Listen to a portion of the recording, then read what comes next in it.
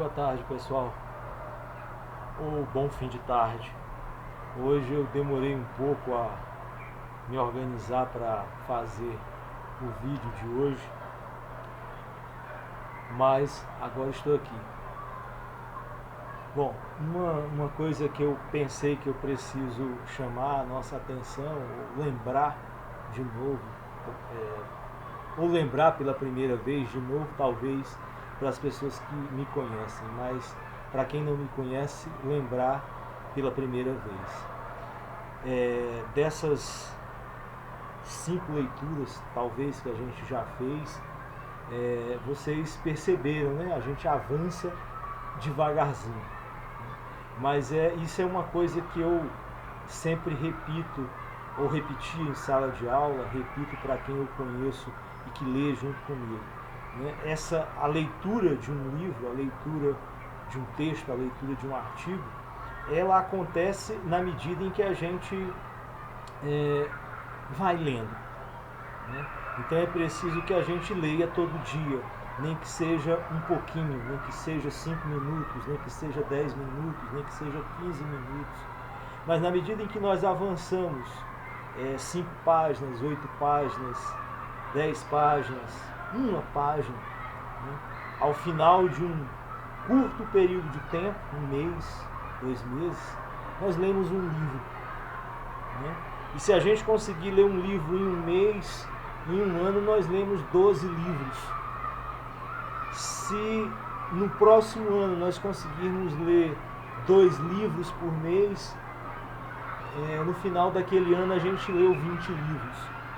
E assim nós nos preenchemos, né, do valor infinito, do valor incomensurável, do valor sem medida que um livro nos oferece, né? E que nós usamos essas leituras para nutrir o nosso pensamento, para nutrir os nossos sonhos, para nutrir o nosso relacionamento com os outros, para nutrir as nossas palavras, para nutrir os nossos escritos, para nutrir as conversas com os nossos amigos, para florear os lugares que a gente frequenta. Né? Então, o livro tem muitas importâncias. Né? E a sua prática, né? O tocar esse instrumento, né? A partir da leitura, né? Esse afinar o instrumento para que a nossa música de pensamento, a nossa música de ideias, né? Possa ser cada vez mais sonora, mais bonita, mais audível.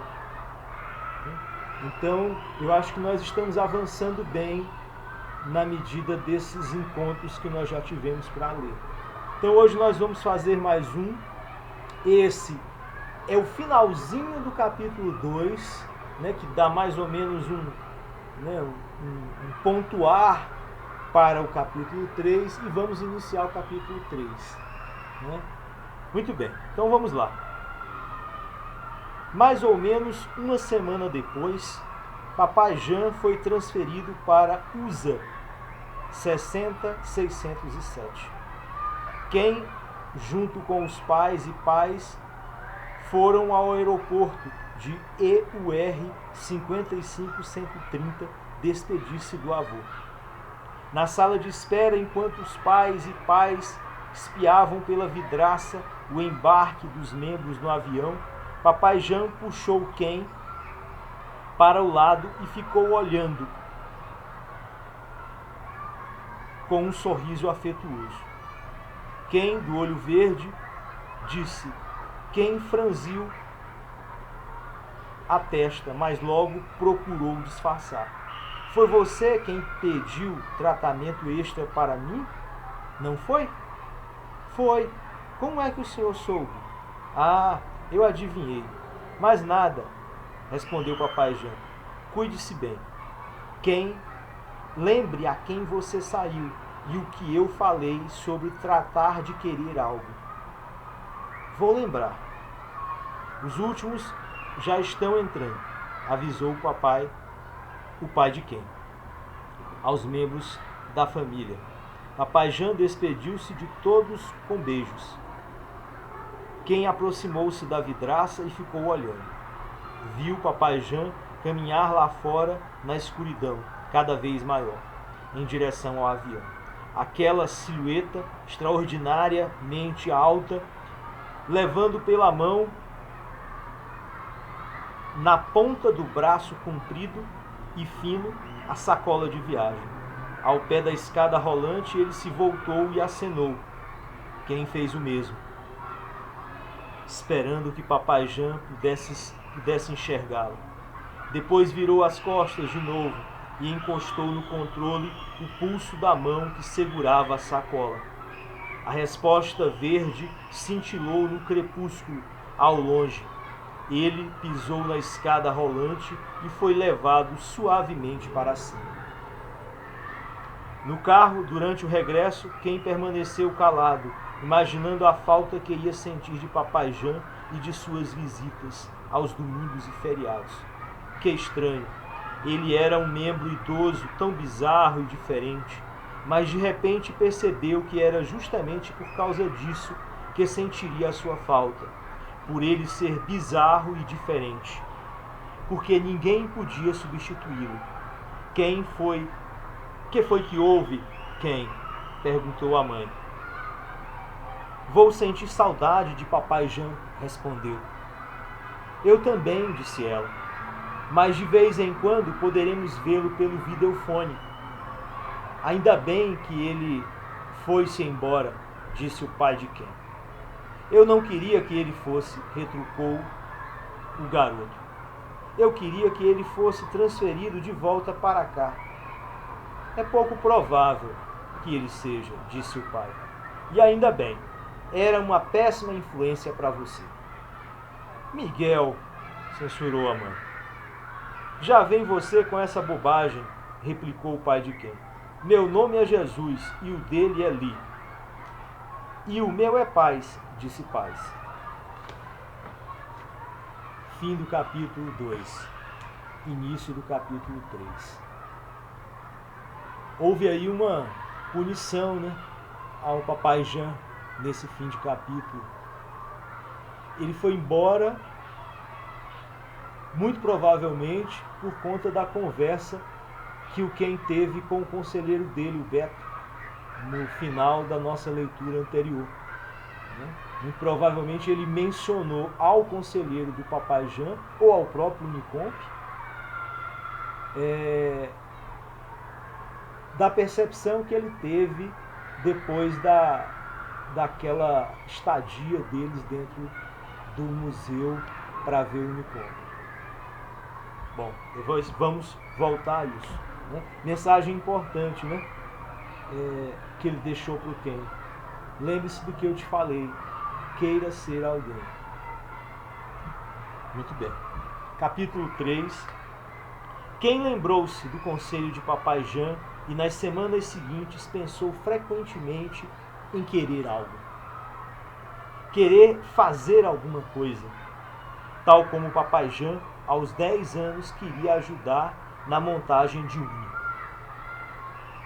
Ficava deitado na cama sem dormir, mais ou menos 1 hora por noite, examinando os vários serviços que existiam, todas as diferentes classificações que conhecia, super independente de construções como o Papai Jean, técnico de laboratório como o pai.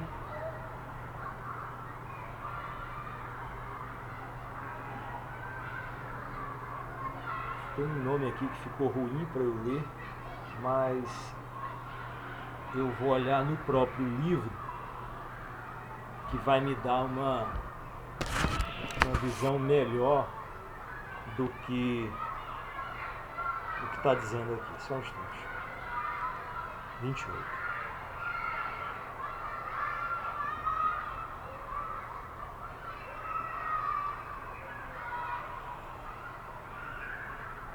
Plasma físico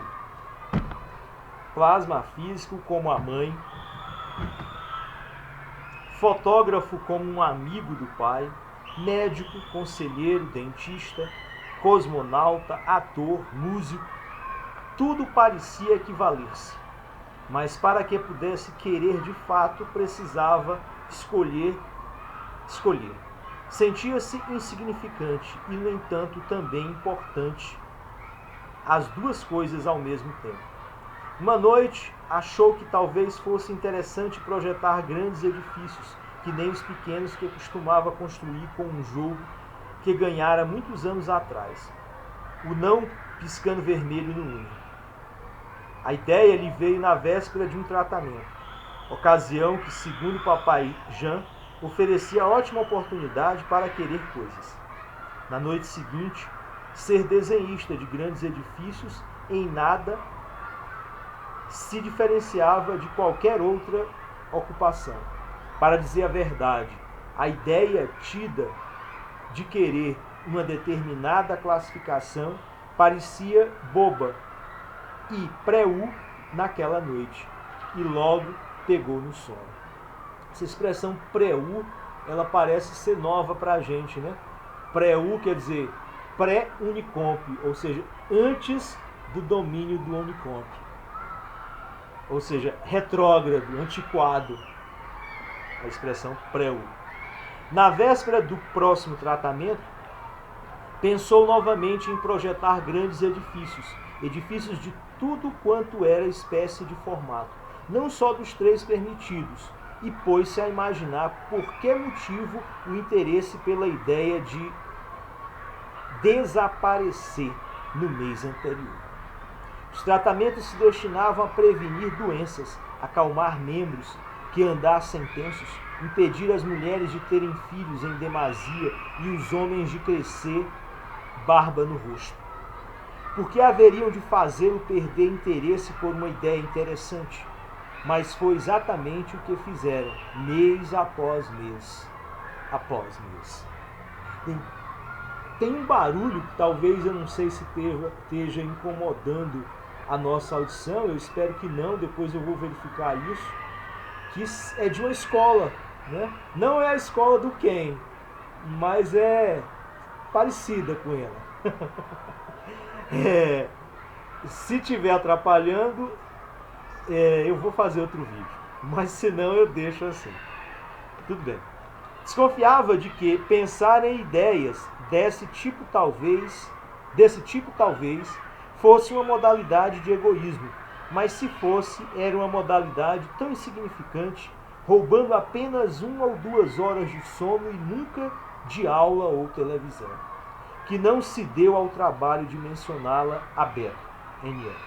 Assim como não mencionaria um nervosismo passageiro ou um sono ocasional. Todas as semanas, quando Beto perguntava-lhe se tudo ia bem, respondia que sim, às 1000 maravilhas, sem problemas. Cuidou para não pensar em querer com excessiva frequência e por tempo longo demais, a fim de sempre dormir bastante.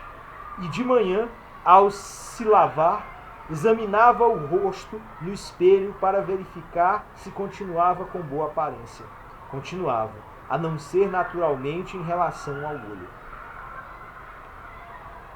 Essa necessidade de querer, né, bem marcada aqui nesse parágrafo, nos mostra que querer, né, querer ser algo, querer fazer algo, querer permanecer atento ao seu desejo, é algo que nos prejudica, né, dentro dessa ótica do mundo do Ken. Mas será que na nossa ótica real também não é nos permitido desejar? Será que os nossos desejos são sempre tolhidos? São sempre barrados? Essa talvez seja uma pergunta a ficar aí, né, de guarda para a gente conversar depois. Em 147, Ken e sua família, junto com a maioria dos membros que moravam no mesmo prédio, foram transferidos para a AFR 71680. O edifício onde ficaram alojados era novo, em folha, com corredores de tapetes verdes em vez de cinzentos, telas de televisão bem maiores e mobília toda estofada, embora não ajustável. Mais uma vez a coisa das telas, né, aparecendo, e que nos reporta mais uma vez aquele livro que eu citei, acho que na primeira leitura, né, Fahrenheit 451, né, onde os livros são queimados e tudo o que comanda as pessoas são as telas. E ter uma tela maior, lá em Fahrenheit, significa ser mais importante. E aqui, nesse início de capítulo 3 do Ira Levin, né, parece que ter uma tela maior também lhe dá uma categoria de mais significativo, mais importante socialmente, mais significativo socialmente. Mas a gente vê isso. Tiveram de se habituar a muita coisa em 71-680. O clima era um pouco mais quente, as túnicas mais leves e menos coloridas. O monotrilho aéreo, velho e vaguaroso, estragava tudo a toda hora.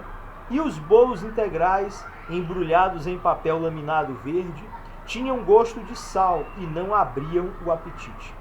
A nova conselheira de Ken e sua família era Maria, CZ 14 L 85-84. Embora um ano mais velha que a mãe de Ken, parecia bem mais moça. Depois que Ken se acostumou a viver em 71-680, a escola, ao menos, não era diferente. Retomou seu passatempo de pensar em querer. Agora percebia diferenças consideráveis entre as classificações e começou a imaginar a que Uni lhe daria quando chegasse a ocasião. Uni, com seus 2 pavimentos de gélidos blocos de aço, sua aridez vazia e retumbante. Pena que Papai Jean não lhe tivesse mostrado o andar no fundo, onde ficavam os membros. Seria bem mais agradável ser classificado por Uni e por alguns membros em vez de só por Uni. Se por acaso recebesse uma classificação que lhe desagradasse e os membros houvessem tomado parte nela, talvez fosse possível explicar-lhes. Papai Jean telefonava 2 vezes por ano. Ele dizia que pedia outras, mas que só obtinha aquelas. Parecia mais velho, com um sorriso cansado. Uma parte de USA 60-607 estava sendo reconstruída e ele era o encarregado. Quem gostaria de dizer-lhe que estava procurando querer alguma coisa, mas não podia, com toda a família parada em frente da tela ao seu lado. Uma vez, quando o chamado estava quase no fim, ele disse: "Estou procurando." Papai Jean então sorriu como antigamente e respondeu: "Gostei de ver." Quando terminou o chamado, o pai de Ken perguntou: "Você está procurando o quê?" "Nada." "Você deve ter se referido a alguma coisa," insistiu o pai. Ken encolheu os ombros. Ao se encontrar com ele de novo, Maria CZ também quis saber. Maria CZ, a nova conselheira. "O que é que você quis dizer quando falou para o teu avô que estava procurando?" perguntou ela. "Nada." "Li," insistiu Maria, olhando-o com ar de censura. "Você disse que estava procurando. Procurando o quê?" "Procurando não sentir falta dele," explicou. "Quando ele foi transferido para a USA, eu disse que ia sentir saudade e ele me pediu para procurar não sentir, que todos os membros se pareciam e que, de qualquer maneira, ele telefonaria sempre que pudesse." "Ah," fez Maria, continuando a olhá-lo, agora meio insegura. "Por que você não explicou logo?" Quem encolheu os ombros. "E você sente falta dele?" perguntou ela. "Só um pouquinho. Estou procurando não sentir." O Ken aprendeu algo, né? Algo que, nesse sentido, é muito bom, né? Ele aprendeu a guardar segredos do que é importante dentro daquilo que ele aprendeu com o Papai Jean. Quando a gente aprende a guardar segredos, né, é importante, desde que esses segredos não degenerem. Talvez aí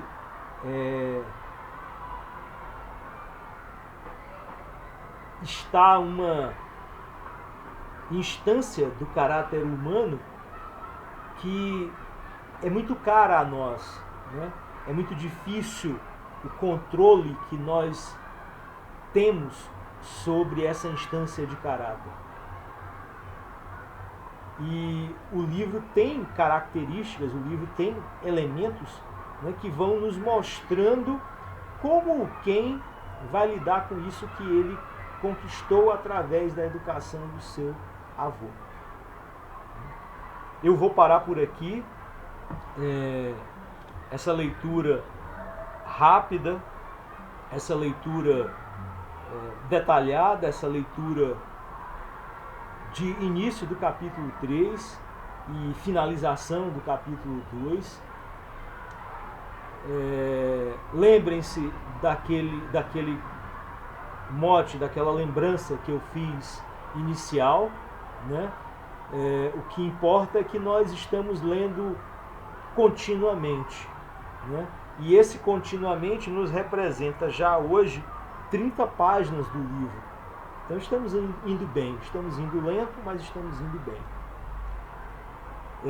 Agradeço a vocês a escuta, agradeço a vocês o interesse, os likes, os compartilhamentos, as inscrições. Peço que continuem divulgando entre os amigos de vocês para que o canal cresça, para que a gente possa fazer a nossa live ao final dessa primeira parte, né?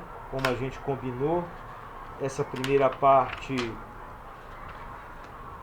ela vai ser determinante para que a gente possa abrir aquela discussão, né? Aquele debate, que é a parte de crescendo, né? E esse crescendo é o crescimento do quem. Então, quando a gente for fazer a nossa live, o nosso canal já deve ter crescido o suficiente para que a gente possa fazer uma live. Existe um critério para fazê-la. E é isso. Uma boa noite, né? Já escureceu. A escola do Ken já se acalmou, brincadeira. E é isso, pessoal. Obrigado, boa noite, bom descanso. Nos vemos brevemente.